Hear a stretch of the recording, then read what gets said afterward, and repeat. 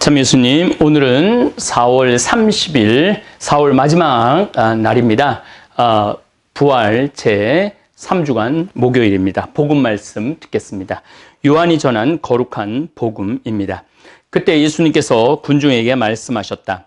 나를 보내신 아버지께서 이끌어 주지 않으시면 아무도 나에게 올 수 없다. 그리고 나에게 오는 사람은 내가 마지막 날에 다시 살릴 것이다. 그들은 모두 하느님께 가르침을 받을 것이다 라고 예언서들에 기록되어 있다. 아버지의 말씀을 듣고 배운 사람은 누구나 나에게 온다. 그렇다고 하느님에게서 오니 말고 누가 아버지를 보았다는 말은 아니다. 하느님에게서 온 이만 아버지를 보았다. 내가 진실로 진실로 너희에게 말한다. 믿는 사람은 영원한 생명을 얻는다. 나는 생명의 빵이다. 너희 조상들은 광야에서 만나를 먹고도 죽었다. 그러나 이 빵은 하늘에서 내려오는 것으로 이 빵을 먹는 사람은 죽지 않는다. 나는 하늘에서 내려온 살아있는 빵이다. 누구든지 이 빵을 먹으면 영원히 살 것이다. 내가 줄 빵은 세상에 생명을 주는 나의 살이다. 주님의 말씀입니다. 그리스도님 참미합니다.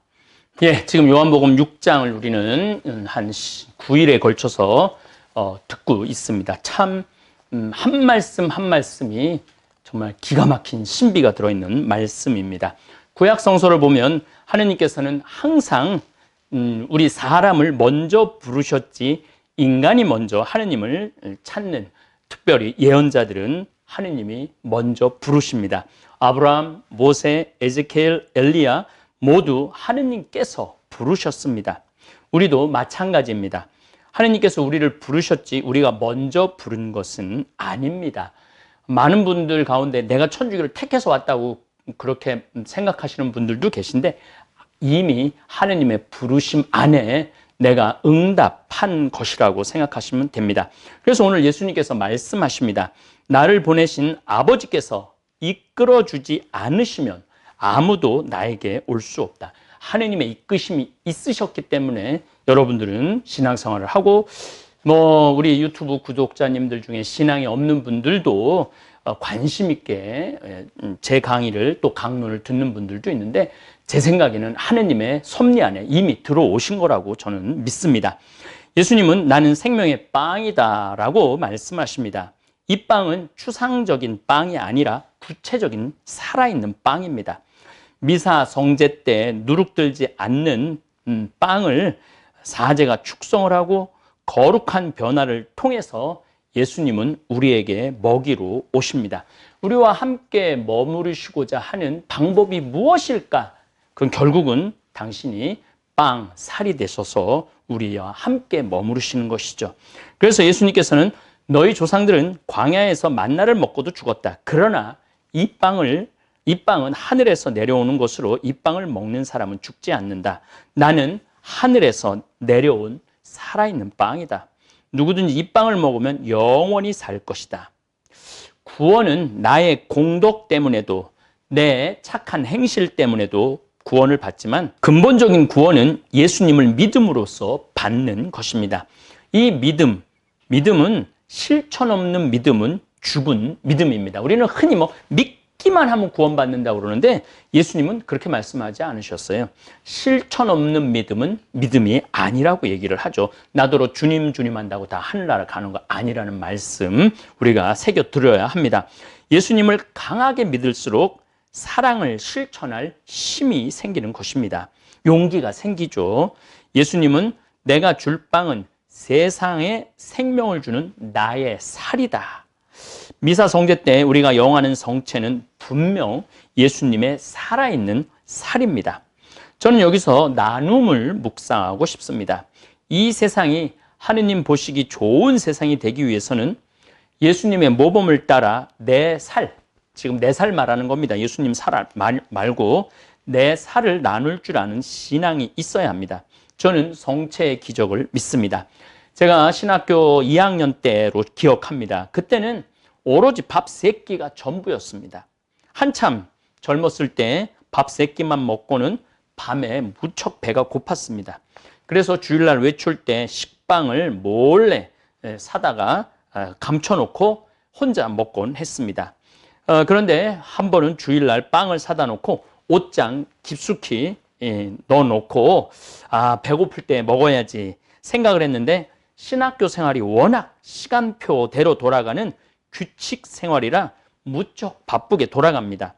식빵 옷장에 있는 거를 깜빡 잊고 수요일날 생각이 나서 식빵을 찾으니 이미 곰팡이가 나서 못 먹게 되었습니다.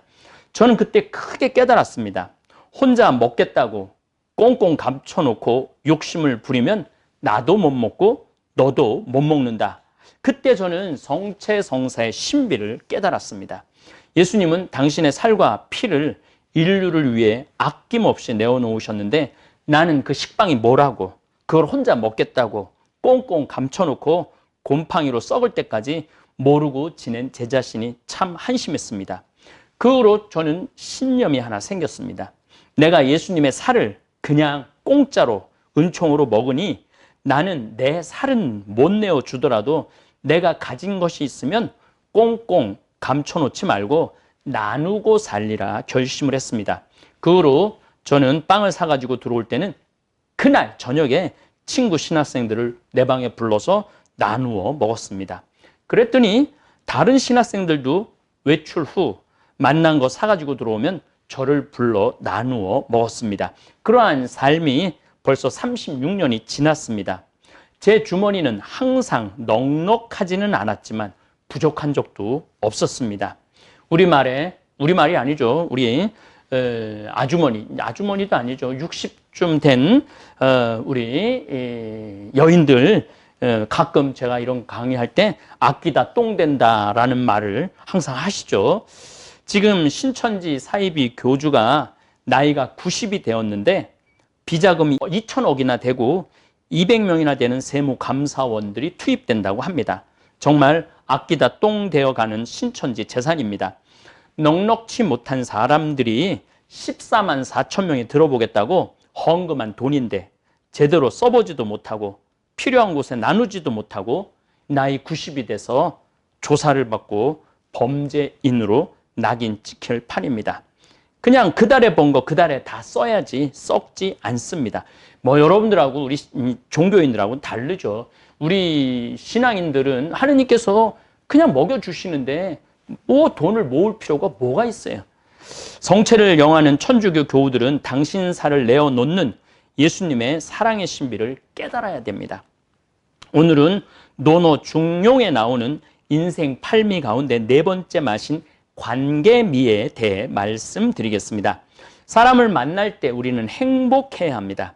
사람을 만날 때 목적을 위해서 이용하려고 만나면 그 만남은 참으로 불행한 만남입니다. 그래서 저는 제 원칙이 또 하나 있습니다. 아무리 돈 많은 사람이 나를 찾아와도 내가 먼저 도와달라는 말은 하지 말자. 기본적으로 부담감으로 만나기 시작하면 그 끝이 힘들게 되어 있습니다. 또 섭섭하기도 하고 그래서 그냥 사람이 좋아서 만나야지 그 만남은 즐거운 만남입니다. 절 찾아오는 분들 정말 지위도 높고 재산도 많은 분들 많이 찾아옵니다. 근데 저는 한 번도 하는데 도와달라고 직접적으로 말한 적은 단 한 번도 없습니다. 저는 잠비아, 필리핀, 인도, 베트남, 미얀마를 직접 간접적으로 도와주고 있습니다. 그런데 그런 도와줄 때가 참 많죠. 이분이 어딜 좀 도와줬으면 좋겠다. 이렇게 하면 도와주시겠죠. 하지만 제가 자꾸 그런 부탁을 하면은 그분은 나를 볼 때 내가 거지 같은 느낌, 제 자신이 저 사람이 또 나한테 뭘 좀 동냥하려고 그러는구나. 그러다 보면 만남이 불편해지게 돼 있죠. 그래서 저는 한 번도 뭘 좀 도와달라, 돈을 달라 이런 말을 해봤던 적이 없기 때문에 만남이 늘 유쾌하고 즐겁습니다. 그리고 만날 때마다 죽는 소리 하면 찾아오던 사람마저도 거리끼게 되어 있습니다. 저를 찾아오는, 저를 만나고 싶어하는 분들하고 유쾌한 시간을 보내고 나면 그 다음에 봉헌은 제 생각에는 항상 저절로 이루어졌던 것 같습니다. 또 한 가지 제 인생의 원칙은 찾아오는 사람 안 말리고 가는 사람 안 붙잡는 게 제 인생의 원칙입니다. 회자 정리입니다. 사람은 만남은 헤어지게 되어 있습니다. 저하고 친하다가도 멀어지는 경우가 있죠. 아주 친하게 지내다도 멀어지는 사람이 있어요.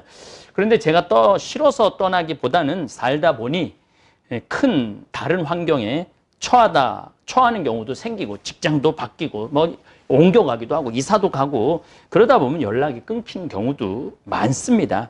인간 관계에 연연하다 보면 사람이 비굴해집니다.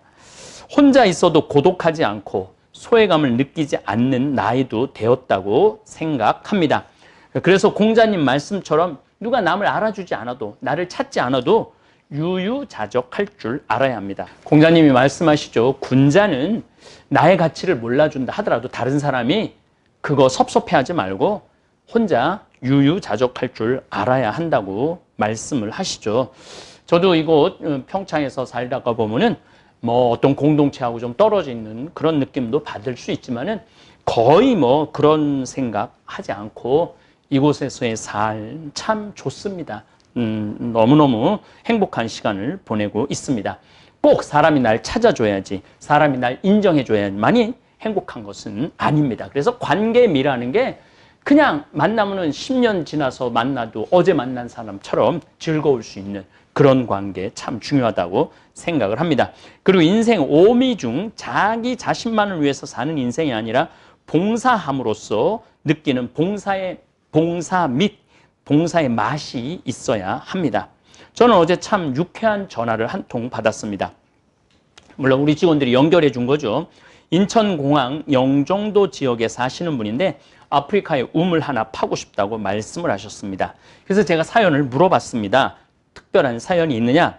그랬더니 전화 내내 이분 참 처음부터 끝까지 웃음이 떠나지 않았는데 자신은 나이가 60 정도 되었고 태어날 때부터 한 손에 장애가 있었다고 그래요. 그저 아버지하고 농사짓고 평생을 살았는데 죽기 전에 신부님처럼 아프리카 같은 데에 좋은 일 한번 해보고 싶다고 말씀을 하셨습니다. 애들도 다 컸고 본인도 지금 넉넉한 생활은 아니지만 그래도 죽기 전에 우물이 없어 고통받는 아이들에게 우물 하나 파주고 싶다고. 제가 얼마나 감동을 받았는지 모릅니다. 그 통화 내용이 너무 소중해갖고 전화를 들으면서 제가 노트를 했어요. 이분 사연을. 그래서 이 바오로 형제님이 보내주신 돈은 제가 정말 오지에 우물이 없는 데를 찾아서 파주려고 결심을 했습니다. 봉사하는 맛. 내가 내어놓은 돈으로 힘들고 고통받는 사람들이 행복하게 살 수 있다면 그 맛은 참 좋은 맛입니다. 저와 뜻을 같이 해서 잠비아 정글에 땀부라는 정글에 간호대학을 지어주신 많은 분들에게도 정말 이 자리를 빌어서 감사합니다. 이제 올해 3학년까지 8월 1일 날이면 이제 3학년, 그러니까 이제 신입생이 이제 올해 들어오면 이제 3학년까지 올라가죠. 내년이면 40명 간호사가 배출될 것이고 그 다음에는 60명의 간호사가 배출될 것입니다. 이미 제가 장학금까지 많이 만들어 줬기 때문에 앞으로도 대학을 운영하는데 큰 어려움이 없을 겁니다. 이번 대전염병 팬데믹에 의사, 간호사, 선생님들 활약을 보면서 여러분들 어떻게 우리나라 의사, 간호사 선생님들 또 의료진들 얼마나 그 정말 이게 달라붙어 갖고 반창고를 얼굴에 붙여가면서까지 제가 말씀드려죠. 중국은 아무도 모르게 죽이고 일본은 그냥 알아서 죽기를 바란다. 그래서 길에서 죽는 사람이 15, 16이라고 그러잖아요. 의료진이 붕괴가 돼갖고. 근데 우리나라는 죽고 싶어도 못 죽는다고 그러잖아요. 찾아내서 다 고쳐주고 진단해주고 그러니까. 어쨌건 하여튼 우리 의료진, 한국 의료진들 봉사활동을 보면서 잠비아에 세워놓은 간호대학 출신 잠비아 간호사 선생님들이 잠비아 사람들을 보살피고 살릴 생각을 하면 기분이 좋습니다. 예수님께서 당신의 살과 피를 나누신 것은 우리도 그렇게 하라는 말씀입니다. 본보기를 보여주신 것입니다. 성체를 영하는 천주교 교우들이 가난한 사람들에게 나누는 일에 인색해서는 성체 신비를 깨달을 수가 없습니다. 더욱이 교회를 운영하는 우리 사제들, 주교님들, 가난한 이웃을 돌보는데 인색해서는 성체 성사 신비를 깨달을 수가 없고 그저 관리자에 머무르는 경우도 있죠. 재물에 집착이 있는 분들을 보면 돈을 쓰기 위해 버는 게 아니고 돈을 모으기 위해 버는 분들이 많아요. 이게 참 중요한 말입니다. 돈은 쓰기 위해서 버는 거예요. 모으려고 버는 게 아니고, 죽을 때까지 돈 모으다가 써보지도 못하고 죽는 거는 그 인생 전체를 허비하는 거죠. 제가 자꾸 신천지 얘기를 하는데, 사이비 이만희 교주 2천억, 3천억 있으면 뭐예요? 나이가 90이 다 됐고 뭐 이제 가까이 있는 사람마저 다 떠나고, 그런 삶은 빛나는 삶이 많이 빛나는 게 뭐 넘친다고 그러는데, 제가 보기에는 이름하고는 정반대의 삶을 사는 것 같아요. 평생 돈 모으느라 여행도 한번 제대로 못 가고, 돈 아까워서 맛있는 거 하나 못 사 먹고, 돈 아까워서 어려운 이웃에게 도움의 손길 한번 못 주고 허망하게 죽는 사람들 저는 참 많이 봤습니다. 인생살이 하면서 돈 벌 때가 있으면 쓸 때가 있는 것입니다. 유튜브 구독자님들, 내가 언제 돈을 쓸 때인가를 잘 생각하시는 것도 인생 팔미를 느끼는데 도움이 될 것입니다. 제가 식빵 혼자 먹겠다고 곰팡이로 만들어서 나도 못 먹고 너도 못 먹었듯이, 저는 지금 이만희 씨는 2천억을 이만희 씨도 못 쓰고 불쌍한 23만 신천지 교도도 못 쓰게 생겼습니다. 거짓 예언자의 결말을 보는 것 같아 마음이 안타깝습니다. 제가 안타까워하는 이유는 전도하겠다고 김밥 2줄을 3끼에 나눠 먹으면서 길거리를 헤매는 젊은 추수꾼들, 전도꾼들 때문입니다.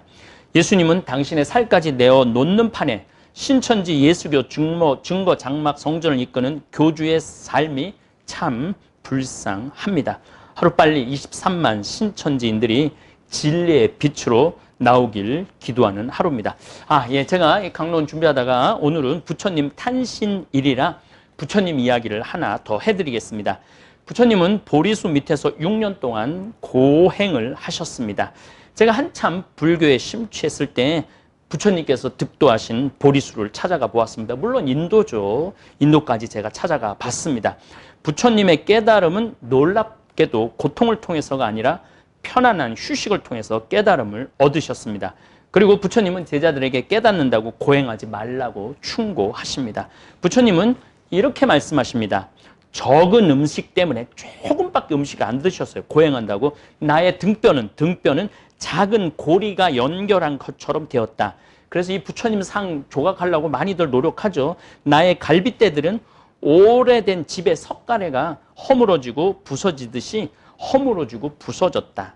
나의 동공 안에서 눈동자의 빛은 마치 깊은 물에서 물의 빛이 아주 깊이 멀리 보이듯이 눈동자 다 들어갔다는 거예요.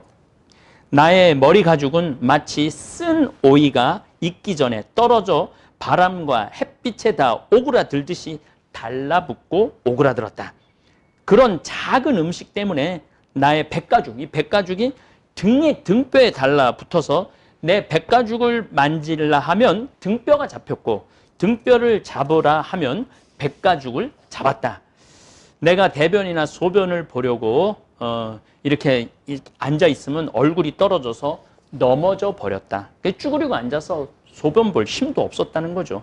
몸을 편안하게 하려고 손으로 사지를 문지르면 내 손으로 문질러진 사지는 악취가 나는 모근을 가진 털들이 몸으로 우수수 떨어졌다. 부처님은 세상 어느 누구도 따라할 수 없는 난행 고행을 하셨지만 자신이 추구한 깨달음을 실현하지 못하십니다. 부처님은 6년의 고행 뒤에 철저한 자기 점검을 합니다. 나는 이러한 극심한 고행으로도 인간의 법을 능가하는 성자에게 어울리는 특별한 지와 견을 깨닫지 못했다. 깨달음을 위한 다른 길이 없을까? 그때 생각을 하세요. 근데 어렸을 때 생각이 나는 거예요. 어렸을 때 시원한 해먹이라고 그랬죠. 잠부나무 그늘 밑에 앉아서 해먹에서 들숨 날숨. 그래서 제가 이 부처님 깨달음의 들숨 날숨이라는 책이 2권이 있는데, 이 편안하게 마음을 챙기면서 정말로 행복한 체험을 합니다. 그리고 부처님은 스스로에게 이렇게 말합니다. 내가 이렇게 편안해도 깨달음이 될까? 들숨 날숨을 편안하게 쉬면서 이렇게 극도로 여인 몸을 가지고 그런 행복을 얻기란 쉽지 않다.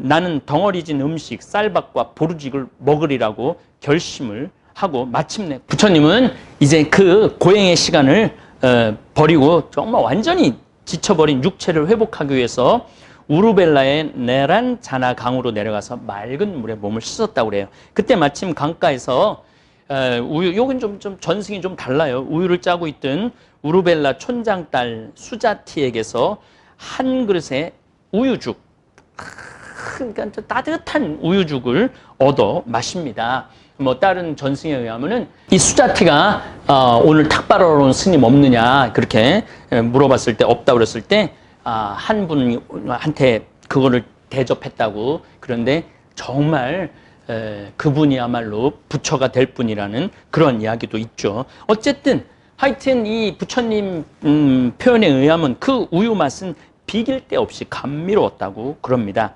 그것을 마시고 나니 그 몸에서 새로운 기운이 솟아나고 부처님은 옛날과 같이 젊고 아름다운 모습을 되찾죠. 이제 부처님이 이렇게 고행을 관두니까 같이 고행을 했던 5 비구들은 사문 곧다마는 호사스러운 시달다를 얘기하는 거죠. 호사스러운 생활을 하는 자다. 그는 용맹정진을 포기하고 호사스러운 생활로 되돌아가 버렸다면서 부처님을 혐오하고 떠나가 버리죠. 그러고 난 다음에 우리 부처님께서는 음식으로 몸을 회복하고 난 뒤 들숨 날숨의 마음을 챙기는 수행을 통해서 희망과 행복, 그 다음에 전생 후생까지 다 깨닫는 그야말로 붓다 깨달은 자가 되는 거죠. 제 생각에는 그 부처님이 그거를 제가 읽고 참 많이 혼자 웃었어요. 고행한다고 깨달음이 오는 게 아니다. 근데 그 제 신념 중에 하나거든요. 우리가 고생하고 괴로운 가운데서 뭔가 기쁨을 느끼기는 쉽지 않아요. 그래서 잠비아에 내가 우리 봉사활동 가는 분들 잘 먹여요. 그리고 최대한 잘 쉬게 할 수 있도록 해줘요.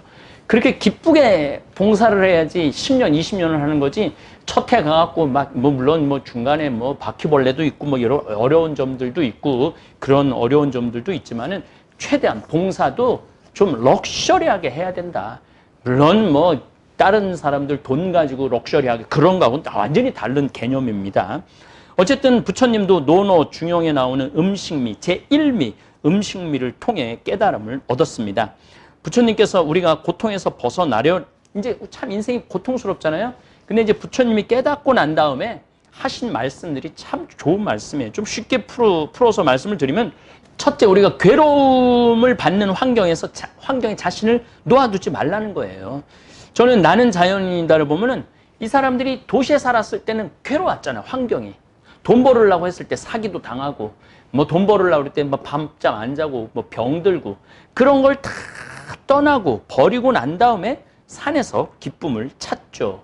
그러니까 우리도 그 괴로움의 장소에 있지 말라는 거예요. 저는 이번에 선거를 이렇게 또 보면서, 1번, 2번, 3번에 들어오는 사람들이야 좀 가능성이 있다고 치지만은 4번부터 10번, 10명까지 나올 때 그분들 물론 기분 좋겠죠. 막 유세하고 주위에서 될 거라고 그러면은. 그런데 그 따라오는 고통은 제가 보기에는 굉장히 커요. 그런 괴로움의 장소, 자꾸 권력욕에, 명예욕에 자꾸 취하다 보면은 괴로운 자리에 가게 돼 있죠. 두 번째, 부처님은 그러려니 하라는 것입니다. 이게 사고, 팔고예요. 중생은 늙기 마련이고 병들기 마련이고 죽기 마련이란 얘기예요. 사랑하는 사람과 헤어지기 마련이고 싫어하는 사람 만나기 마련이라고 이렇게 생각을 하면은 조금 고통에서 벗어날 수 있다고 그러죠. 그리고 부처님은 세 번째, 내 탓임을 알아야 된다고 그래요. 이건 소크라테스도 말했죠. 너 자신을 알라고. 예수님도 남의 눈에 있는 티끌 꺼낼 생각하지 말고 네 눈에 있는 들보 꺼내라고 말씀하시죠. 그리고 마지막으로 부처님은 지금 이 자리에서 자신이 주인공이 되라고 말씀하십니다. 이제 조금 있으면 어버이날이 다가올 텐데 많은 분들은 자식들이 나한테 맛있는 거 사주겠지 하고 기다리지 마세요. 기다리지 말고 여러분들 돈 가지고 맛있는 거 사서 드세요. 이번에 이제 아마 결정되는 것 같아요. 재난 기금 바로 전 국민한테 준다고 결정이 나는 것 같은데 그거 받아서 다른 거 하지 말고 그냥 비싼 거 말고 맛있는 거 사서 드세요. 그렇게 하루하루 이렇게 즐겁게 살다 보면 인생이 즐거운 건데 그냥 하루 나중에 한다고. 내 인생의 주인공은 나예요. 제가 항상 그런 생각이 들어요. 내 행복을 자식한테 넘기지 마세요. 내 행복을 남편한테 떠넘기지 마세요. 이게 무슨 얘기냐면 자식이 잘해줘야만 행복해. 남편이 잘해줘야만 행복해. 아니 왜 내 행복을 남이 잘해줘야지 내가 행복해. 남이 잘해줄 때 행복한 인생은 불쌍한 인생이에요. 그냥 내가 행복하면 된 거예요. 제가 요즘 나는 자연이다라는 프로그램을 여러분들하고 우리 생태마을 살아가면서 소소하게 일어나는 즐거움을 여러분들하고 나누고 있습니다. 참 재밌어요. 뭐 두릅 따러 가는 것도 재밌고 오늘은 혼잎나물이라고 화살나무 나물 뜯어서 무쳐서 먹는 거 그런 것도 재밌고 여기 송어 지금 키우는 것도 재밌고 지금 내가 지금 강의 때문에 너무 우리 문경의 김 신부님이 지금 남은 지금 모종을 지금 심고 계신데 뭐 지금 막 이제 감자 순 올라오는 것도 재밌고 참 재미있는 것 같아요. 그런데 그게 남이 해줘서 재밌지 않아요. 내가 해야 돼, 내가. 나한테 맛있는 거 사주는 것도 누가 해야 되냐면 내가 나한테 사주면 돼요. 자식도 남이에요. 남편도 남이고. 그럼 언제 해주기를 기다려요? 그들도 잘해주기를 기다리는 그런 수도 있어요. 엄마가 나한테 잘해줬으면 좋겠다. 아내가 나한테 잘해줬으면 좋겠다. 그런 가정 안에는 기쁨이 있을 수가 없죠. 어쨌든 하여튼 오늘 부처님 탄신일입니다. 제가 부처님 얘기도 많이 하고 공자님 얘기도 많이 하는데 저 천주교 신부 만나 물론 저야말로 나의 주님은 예수님이죠. 하지만은 굳이 그 좋은 가르침이 있는데 배타적일 필요는 없어요. 우리 불교 안에도 큰 가르침이 정말 많죠. 그리고 육아, 공자님 사서 삼경 안에도 참 배울 게 많아요. 뿐만 아니라 요즘 나오는 많은 사람들이 새로운 시각을 가지고 내가 세상을 다양한 눈으로 바라볼 수 있고 깨달음을 주는 것들이 많죠. 오늘 부처님 오신 날 정말 이 세상에 큰 깊이 있는 성찰을 하게 해주신 부처님 탄신을 축하합니다. 예수님께서 우리에게 먹이로 오신 신비는 아마 이 맛있는 걸 먹고 깨달음을 얻은 부처님 안에서도 인생 팔미의 일미 먹는 맛을 이야기하신 공자님 안에서도 찾아볼 수 있습니다. 이 성체의 신비는 우리가 끝도 없이 깨달을 수 있고 음미할 수 있고 감사할 수 있는 게 성체의 신비입니다. 아마 이제 5월 5일인가 4일부터 미사 참여에 조금 더 자유롭게 여러분들 다니실 수 있을 것 같아요. 미사 정성껏 참여하시고 성체 정성껏 감사하는 마음으로 영하시기를 바라겠습니다. 감사합니다. 동글동글 콩으로 만든 청국장 동글동글 콩으로 만든 청국장 찌개로도 먹고요 가루는 우유에도 타서 먹어요 우리 모두 건강을 챙겨봐요 생태맘 천국